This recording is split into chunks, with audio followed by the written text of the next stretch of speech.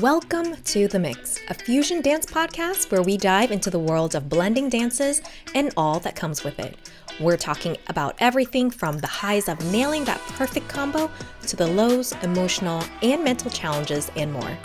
And if you're new to the dance scene, don't worry, we've got you covered with practical tips to help get you started, feel comfortable, and most importantly, have fun. So come on in. We can't wait to dance with you.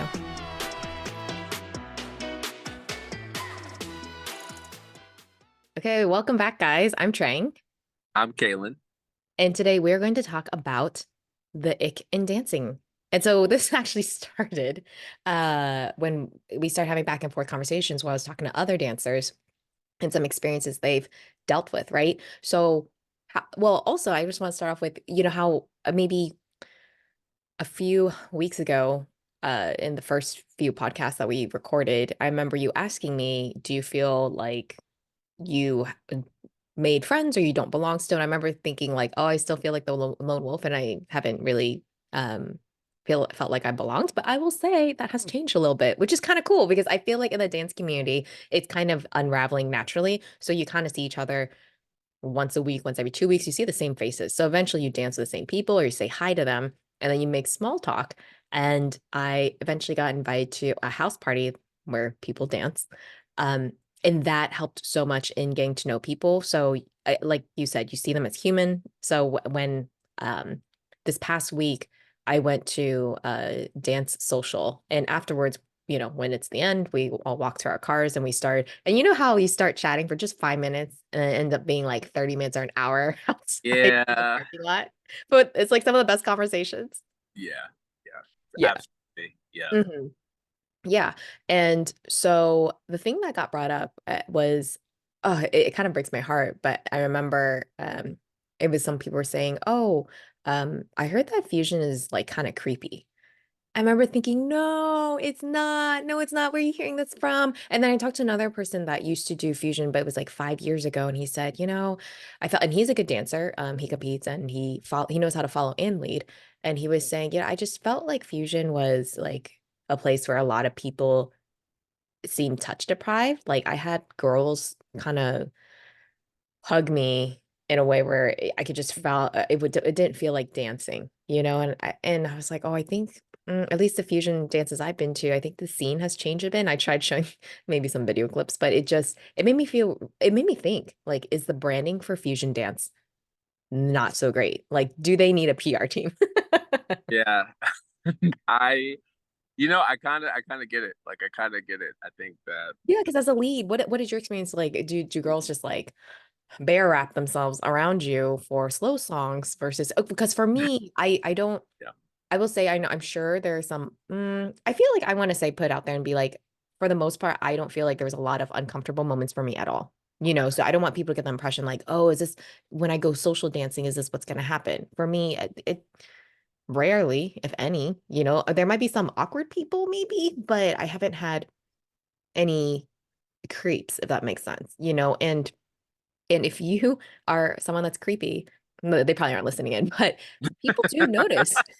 People do notice because the guys were telling me, they're like, yeah, we kind of noticed this one person coming in and we're all kind of like, people have been talking about it. So, and I'm totally unaware at all, but so it just made me think about like, oh, so sad for fusion because it's something that we both love Mhm. and I just recently discovered and absolutely love, but um, I only see like the dance aspect of it. I haven't had any uncomfortable situations, but for you, can you relate to what the guy was saying?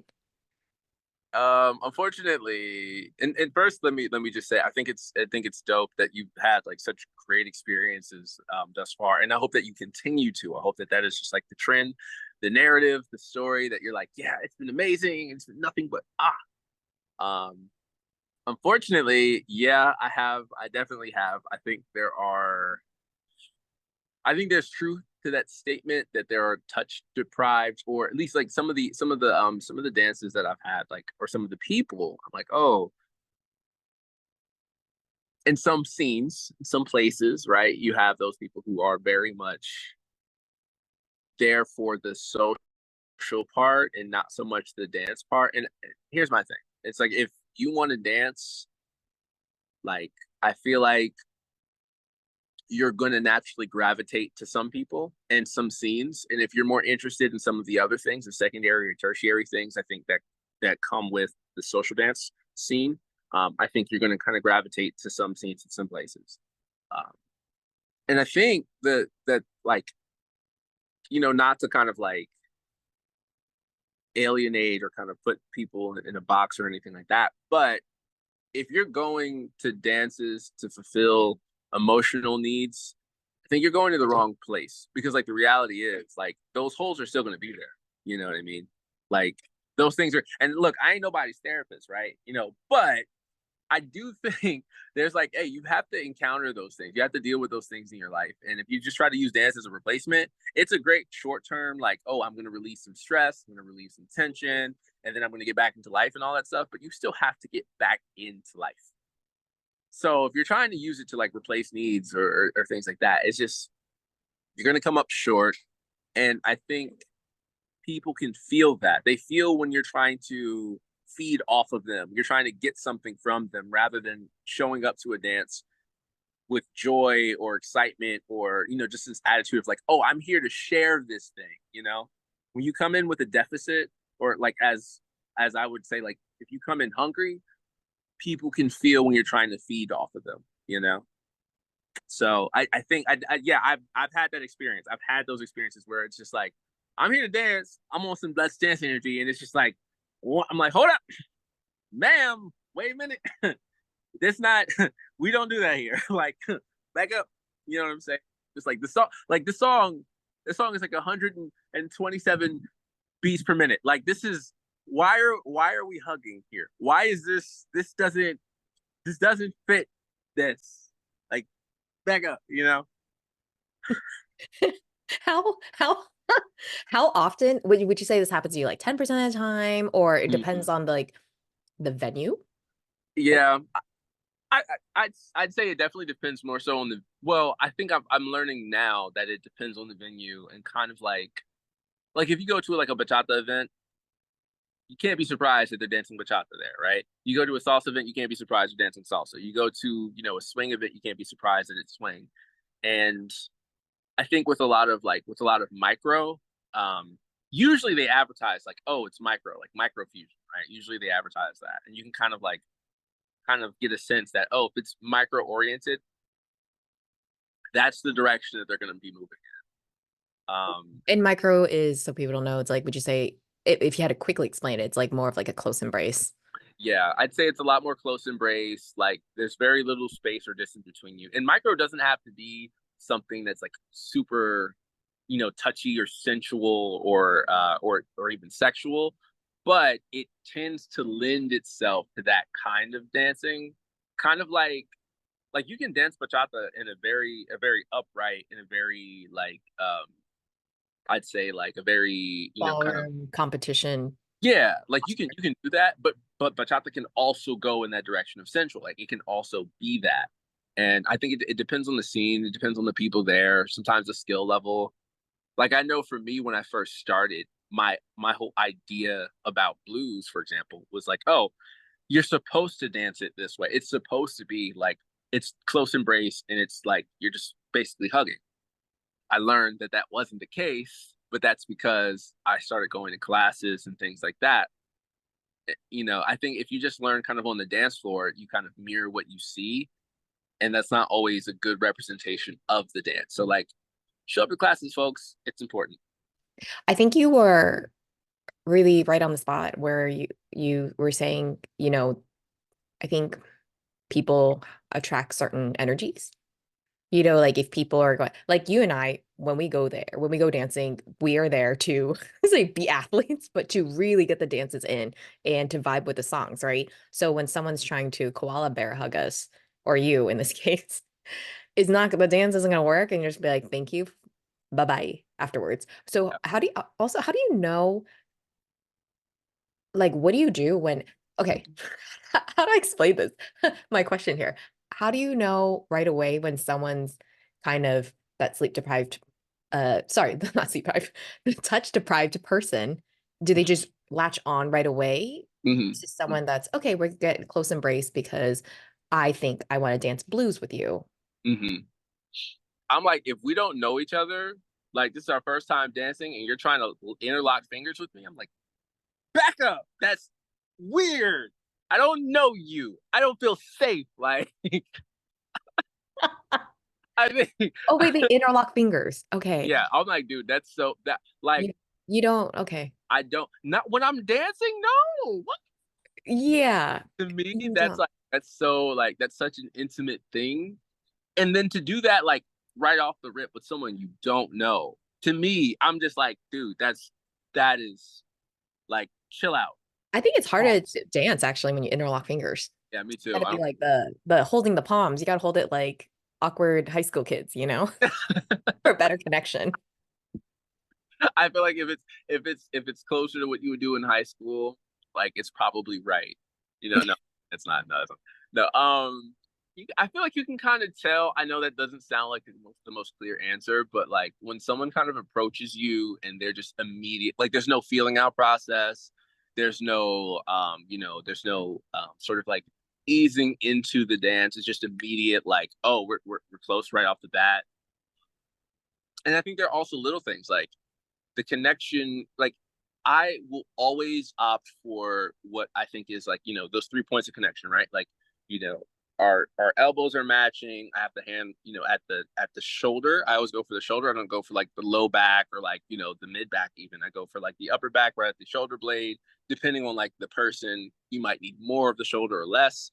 And then, their hand kind of on that front, that the front of the shoulder, the front delt, right? Like right off the rip. Let's start there. If we're gonna start in close, um, if we're skipping that, like I've had some people who are like, "Oh, hand on the back of the neck," or like just stuff like. I'm just like, hold up, stop. You know what I mean? It's like we are jumping the gun way too quick here. Um, and I'm also like, there is some nuance there where like there are some songs or like some styles or like there are moments where you're in the song and it's like, okay, we're creating something and we're flowing with the song, right? Like if it's natural and it fits that song or it fits that pocket or that mood, kind of like, that like that You character. can add a theatrics to it Yeah, it's for like, the oh, like musicality. Yeah. it's like, okay, maybe that's what it is. Maybe the song is about that. It's like a song about unrequited love and we're playing a role and it's back and forth. That's different than I think just kind of doesn't matter what the song is, doesn't matter what's happening. We're not creating a mood. It's just instant boom. I'm trying to latch on. I feel like that's like, hold up. We are not okay here. Yeah. Let's talk this out first. I think the thing when I try to explain to other people that don't do fusion, and I'm like, you should try it out, maybe let's give it a chance, is that and I don't want to say like you can wing it. It's just more forgiving Yeah. in terms we talked about where it's more forgiving and you can freestyle a little bit more, or you don't have to think about. There's no certain footwork that you have to do, so you don't get caught up mentally about it. But I think the downfall of what people might be advertising fusion as is that you don't need like huge dance experience. I mean, which is true, but I think this is where like training and I would say technique, but like just knowing the frame, and how to the touch points, right, to move and follow in a Yeah. dance. And I think that's where I've had a few dances with guys where I feel like they have no dance experience and their friend just said, "Oh, just come and you just like dance however you want." And I remember thinking I remember thinking this guy just kept dancing back and forth with me, and then he would do like a underhand turn himself. Like he turned himself under my arm instead of turning me. And I was like, oh, I don't, I can just tell you're someone's plus one friend decide to bring along to this dance Yeah. social. Yeah. And I think like the impression of like you can just wing it isn't quite you can freestyle, yes, but you have to know the basics of some fundamentals, right? It's kind of like I think a good example that I like to give is again always cooking is okay, here's a kitchen. Feel free to experiment with all these ingredients and play around with it, but you still need to know how to chop food. You need to know how to mince and saute and broil and grill and all that stuff in order to be able to do well in this kitchen. So and I think you and I talked about this before, where it does help when you have a little background in something, like whether it's swing, Latin, or whatever, just because you're used to that framework and knowing how to lead and follow. The details in between all that stuff, the musicality, you can freestyle, you can improv, whatever it is. So I think there is a learning curve that people don't really emphasize, I think, maybe enough in fusion. I'm not sure though.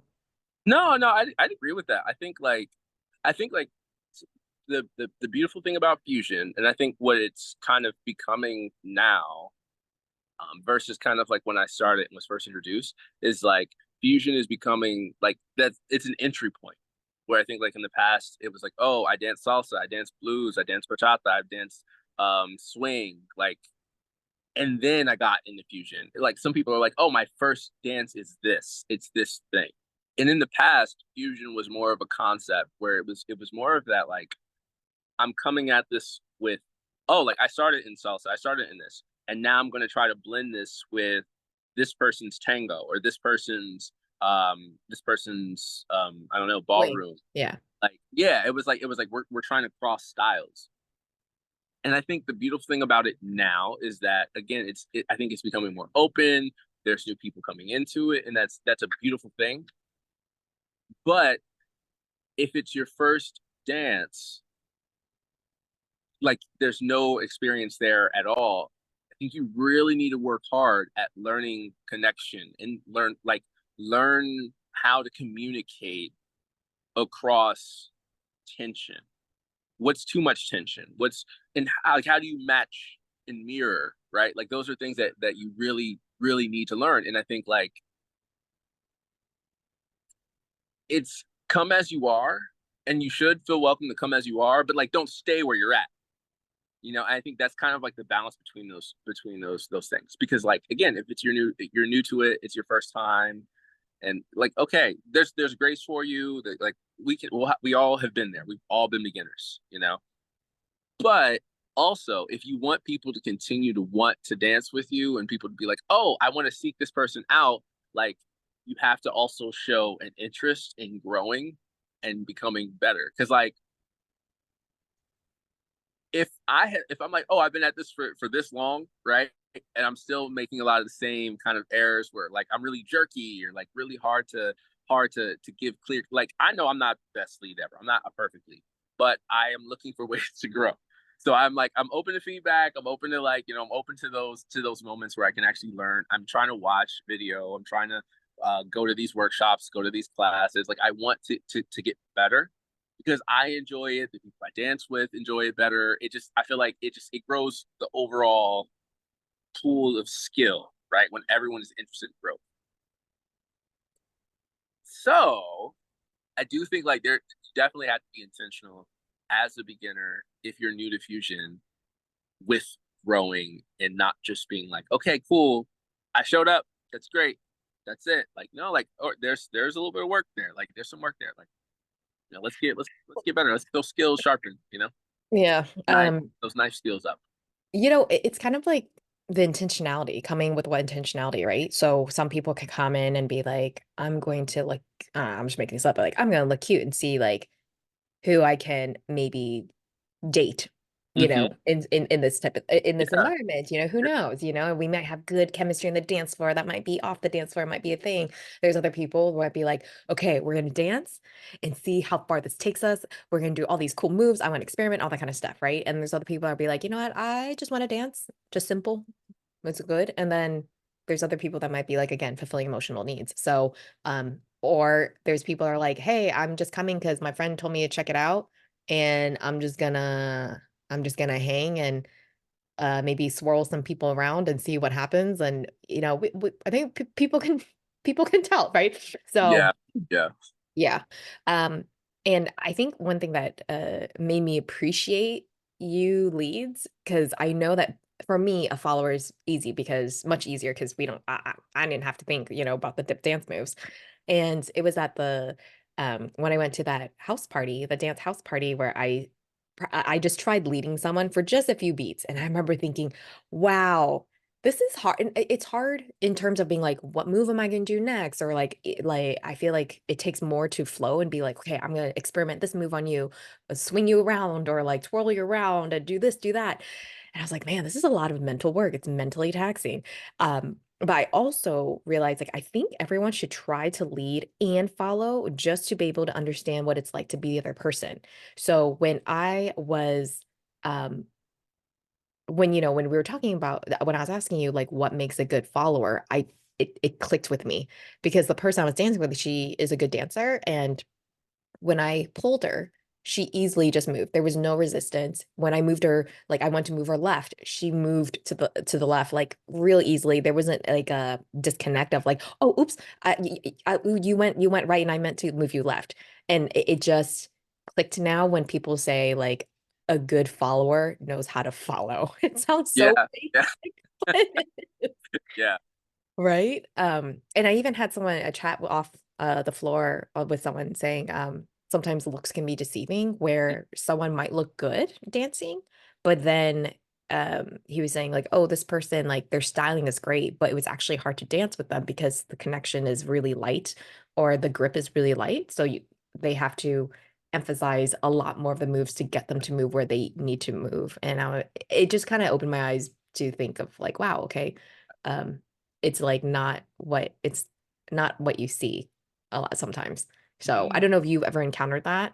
Um, or even encountered like very mechanical dancers. Like for me as a lead, I can tell if they're more mechanical versus I can say intuitive or like just in the flow because I dance with some guys where I can tell based on their face and how they move that they are thinking a lot about what to do next. And maybe they just haven't I don't know, had enough training or they're just not at that space yet. Or maybe they're just mechanical naturally.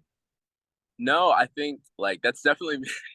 I know I'm definitely guilty of being more mechanical when I'm dancing salsa because I feel like when I'm dancing salsa, I'm like thinking like, oh, I need to. They like when I learned, I was told like you need to be 5 moves ahead, and I'm like, okay, I have to have 5 things, and it's all happening like so rapidly. So sometimes when I'm dancing salsa, like I don't make eye contact. I'm just like off, and one of my friends says that I have like a salsa face, like where I'm like, I don't make eye contact. I'm just like looking off in the distance. I'm just like doing stuff. And he's like, oh yeah, you think you're so cool because you don't have to make eye contact. I was like, no, that's because I'm thinking, dude. Like I'm like, ah, crap, what goes next? I need to add this move and then that one and that one. But I do think like when I get into that flow where I'm like, less nervous and less maybe fixated on like what moves to do, I'm more I'm definitely more present, more contact, more like aware that like, oh, I'm dancing with a person. This is a conversation. And I think I also dance better when I'm in that mood. Um, but sometimes I do so that I know like sometimes when you're leading like different people, you have to kind of figure out how they want to be led. Because like some people will Mm. say they want to be led a certain way, but then they don't respond to that. Like I've had dances where like someone's like, oh, I prefer a heavier lead, and then I'm like, okay, I lead heavy, and they're like not responding to that, so I lead lighter, and they're like, then they respond to that, and it's like, oh, okay, cool, and vice versa, where like I've led super light, and I've gotten feedback where it's like, no, like I want like throw me around, where I'm just like, okay, all right, I guess, I mean that's what you want, right? Like we can do that. Like we can do that, Um, but I definitely think that when you're leading, like there's so much that can go on, and you have to kind of be aware of it. That it can kind of take you out of the dance sometimes, where you're thinking like, oh, I have to be careful about the couple across from us, and like the like I was just at this dance conference or this dance exchange, and one of the things that kind of kept happening is we'd have like a clear area or like a clear track, you know, and we're right in our slot. We're there, and I would think, okay, I'm gonna lead this move. I'm gonna go for this thing here, maybe go for a dip here, and then we go for a dip, and then the moment we were gonna drop, somebody would kind of cut in, whether from the left or the right, or even just this couple was way down there, and somehow they teleported like across the hall, just boom, right in front of us, and where I'd have to make a decision last second, like, oh, I'm sorry, I'm like snapping into the mic, but like I have to like, make that quick decision and say, oh, instead of a dip, we're going to go into a sit where we don't lean back, because if we lean back, you're going to get concussion. You know what I mean? Like having to You kind guys of have a lot more work to worry about for sure as the lead, a lot more responsibility. it definitely definitely is a lot more responsibility, I think. Well, and it's also, and this is not to say that like following isn't difficult, because it definitely is. And when I've tried to follow, I feel like it's super hard for me to follow, because I have to trust that the person who is leading is going to keep me safe, is going to watch out for me, is not going to try to lead something that I don't know how to do or that I can't perform safely. Um, I switched a couple times where I would like do dances where I would lead some and I'd follow some, and then some dances where I would just follow, or at least follow as much as I could. And it was like it's always super like humbling for me, because I'm like, man, y'all, like it takes a lot to just say, okay, my life is in your hands. You know what I mean? To just trust that this person is gonna like do, and not even just keeping you safe, but also like they're going to give you a good song. You know what I mean? Like they're actually going to be like listening to the music and trying to, pull things that and can reference, where it's like it works. It's a lot of work. I feel like it's harder for me to just sit there and to trust that someone is going to like, Take care of you. yeah, that's I'm like, what? I feel like maybe Trust? I feel like on a subconscious level, maybe for some followers, like including myself, we enjoy that because maybe in other aspects of our lives, we're taking care of so many other things. And then Mm. there's the one time where we're like, you do it. You do all the work. You do all the work. I'm not thinking anymore. Yeah. Um, yeah, but no, I like it's interesting hearing like your perspective on that because I think once it clicked, following is easy, but it is a different muscle, right? Mm. And so is leading, and it's two Sure. different muscles. Earlier when we were talking about needing skills, like some fundamentals in order to, you can't just come to fusion winging it. I will say there's one person I know that has done only fusion in his life, and he's a very strong lead. I feel like so it is possible, but I feel like Yeah. he's an outlier. Like it's Yeah. not a I common I thing. think I know what you're talking about, Yeah, and and I he's think I agree. more, yeah, and he's more of an instinctual dancer, right? So, Hmm. but he's also been doing it for like 10 years. So it's one of those things where we're not saying it's impossible. It's just we've noticed that people that have dance backgrounds, at least or have like that framework and connection, then that's going to help a lot, especially when you're trying to cook in the dance kitchen. Um, okay, now when it comes to, because you have a girlfriend, um, and so, you're not wearing a wedding ring or something like that. So people can think that you're single, right? So do you, like you explained to me that there have been moments, including I guess even at the Seattle event, that you've been hit on. And so, but it's like, how do you, Yeah, yeah, yeah. Go ahead. Go yeah, ahead. but it's one of those things Hmm. where, is it in a way that I guess because of this episode, does it make you feel the ick, or is it more of like, oh, they were interested and I get it. Like I look single without a ring, so I understand. And you just say like, no, I'm with someone, but thanks for asking. I mean, there are definitely, I think there are respectful ways to do anything, and then there are ways that are just like a little out there. And I unfortunately, I think I've experienced both, where like you can have people who are I like to look at it like, if you're dancing with someone who is asking for something, for example, maybe they're asking for, a hand, or they're asking for a turn. That's a lot different than someone just kind of whipping you around and kind of throwing you through things, right? Like you can do things in a way that's considerate to the other person, and just like you can do that in a dance, I think there are ways you can approach someone that you're like, oh, I'm interested, right? Or I have interest, right? You can do things in a very respectful way, in a very like, like, hey, I'm interested, or I don't know, maybe I'm not reading. It feels like there's some chemistry here. Is this something you'd be interested in, right? Like, and like I've like that's happened, but then there's also been the like more aggressive like, you know, people who definitely cross lines, and it's like, hey, hold up, wait, I'm not, that's not on the menu. Like one of the things that I do is like I have a picture of my girlfriend on my phone. So I'm like, that's the first thing people will see. They're like, oh, hey, like, do you do Instagram, this and that and the third? Or like, do you give out your number? I'm like, oh, I have Instagram. Like I point them to my IG. I'm like, you can go Smart, here, smart. right? And like that's like, because I'm like, oh, that's where we're like, that's where events are, that's where people are sharing stuff. And then also they can see, I'm like, I am not single. It's first thing. Second is like, I'm also just like, I try to be vocal and intentional to be like, yeah, my girlfriend, like just try to drop that in the conversation just to be like, just so you're not getting the wrong idea. And I mean, like if people ask, which they usually don't ask directly, Yeah. you know, the I'm still if they do ask, you know, I just like I'll just tell them, right? But I mean, I've definitely been in a situation or two where I had to kind of let a person know I'm like, hey, I'm not on the menu. That's not it, you know. You don't say like, oh, I only see you as a sister.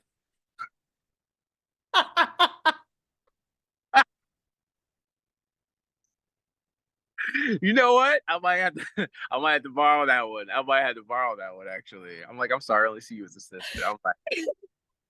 I'm like, ooh.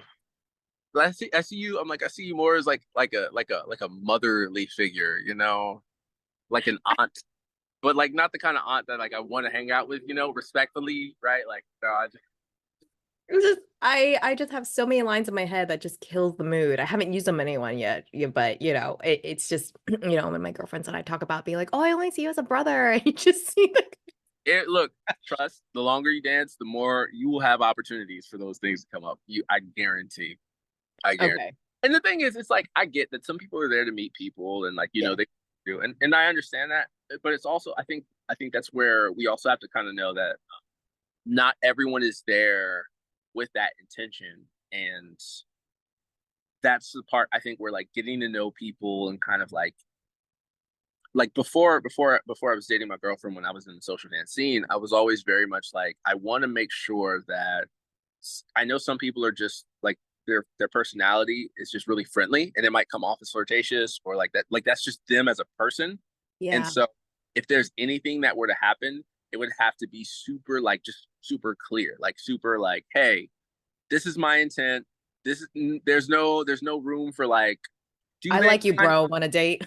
you know what I mean? It's like oh hey do you want to oh this is the line right here that everybody I feel like that people like abused and used too much. It's like oh do you want to practice? And it's like who gonna be there? You know what I'm saying? Like who's coming? You know what I mean? Like I feel like that question of like oh do you want to practice like is one where so many have used it and the intent is not to get better at dancing. You know so Yeah. that if that's actually what your intent is now, I feel like you almost need to be like, oh, a group of us are trying to practice, or I'm trying to get a group together to really prove that like you're just there. It's like if you really know people, then yeah. But unfortunately, in my experience, that's been like a oh yeah, let's come over to practice dance. Yeah, we'll have a good time. We'll practice. You know, I'm like, Yeah. where your clothes at? You know what I'm saying? It's just yeah, no, it's not. Speaking of clothes, perfect segue Mm. here.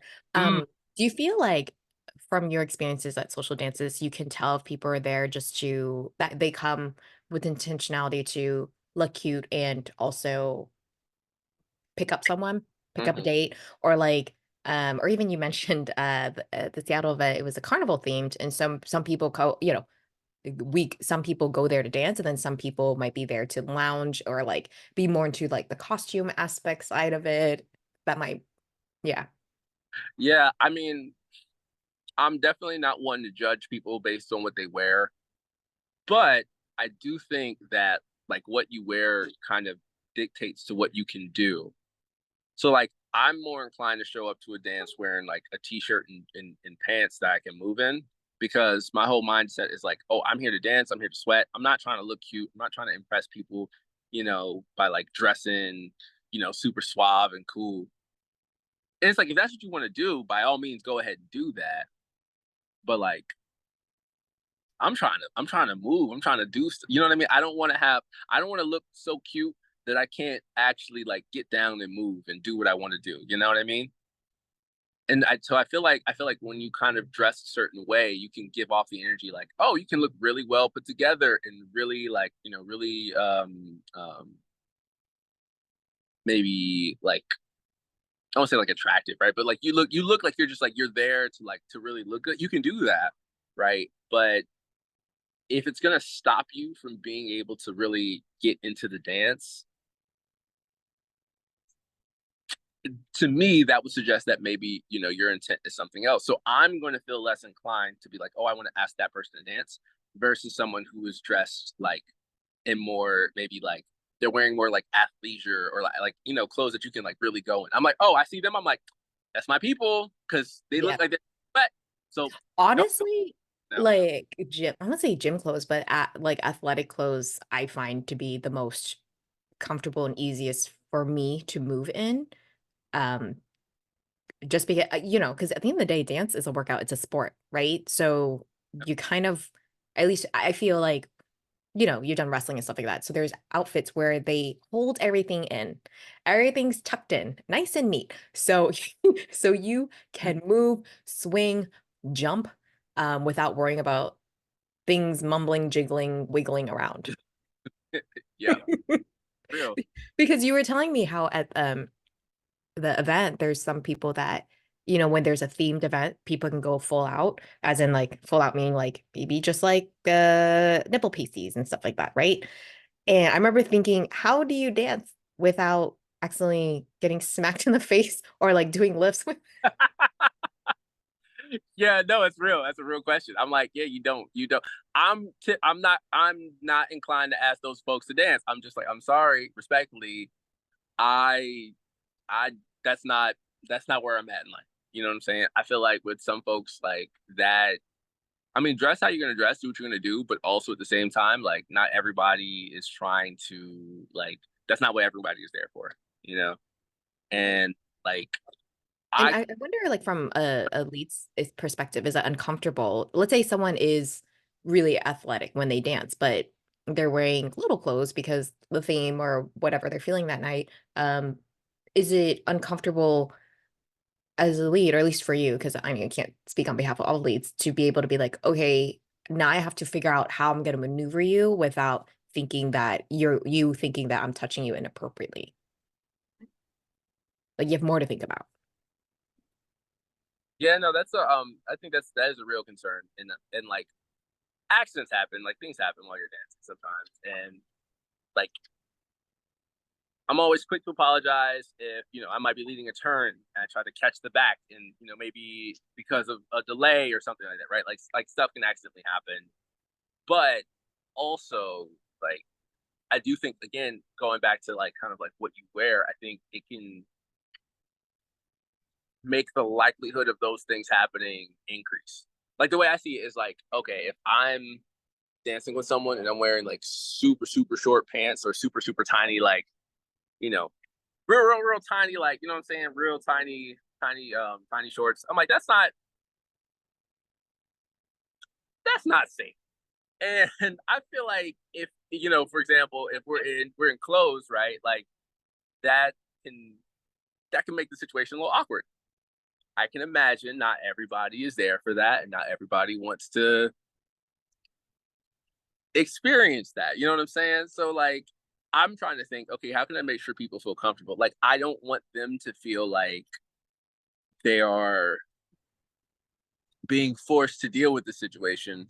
But I also think it should go the other way, where like not everybody wants all of what you have to offer physically, you know, directly in their face. I'm like, hey, I'm not going to go for a lift because I don't want to actually accidentally get, clocked in the head by something that I wasn't intending to get clocked by. It just is what it is. So I'm like, okay, cool. Knowing that, I'm less inclined. I'm just stay over here respectfully. You enjoy yourself. Have a great time. God bless. I'm gonna be over here though. You know what I'm saying? Two stepping in the little corner. Like, uh, just that's just me though. That's just me though. Anyways. You're hilarious. Okay. So I guess what do you feel? Because when people run events or dance socials, you know, because I was thinking about this, how do you weed out people that give people the ick, or make the experience better for people? Because I know at the end of the day, they'd rather have a place that's inclusive, but at the Yeah. same time, it's like, how do you have that fine line of making sure people feel safe? Hmm. And it's like one or two people that might be giving the icky experience. Or is it mainly, I wonder from an event organizer's point of view, they just maybe are unaware? Because unless you're dancing on the dance floor, right? So, and they would just hope that people bring it up to them. Hmm. Yeah. No, that's a great question. I think like that would be one that I'd love to present to. Yes, to the show, the episode where we have the event organizers on. Yeah, because I wonder about that. I mean, in my mind, it's like, oh, you talk to them, you say, hey, stop being creepy, right? But like that doesn't work, you know, like Sometimes they don't know that they're creepy. that's true. Like you're just like, hey, you knock that off. And they're like, no, right? Like, what do you do then? You kick them out, or like, or like what? Like, or again, like, what if they don't know that they're being creepy? And I think that's one of those things where, I mean, I don't know what it's like as a community organizer to kind of like facilitate that. How do you, I mean, other than like, telling people and modeling, like what do you do to kind of keep it where the scene is able to like keep people feeling safe and feeling like, they can have fun, um, but also like enforcing a level of like, hey, like we're here to make sure people are feeling respected and all that kind of stuff. I don't know. It's a great question to ask. Yeah. Well, if you guys have any ideas or have any experiences, please let us know because we'd love to hear from you. If you enjoyed this episode, please share with a friend. Give us a follow and 5-star review on Apple or Spotify. And check us out on social media at Fusion Dance Podcast or email us at fusiondancepodcast@gmail.com. So, again, we'll include all the info down below in the show notes. And thanks for being here, guys. And we'll see you next time. Bye.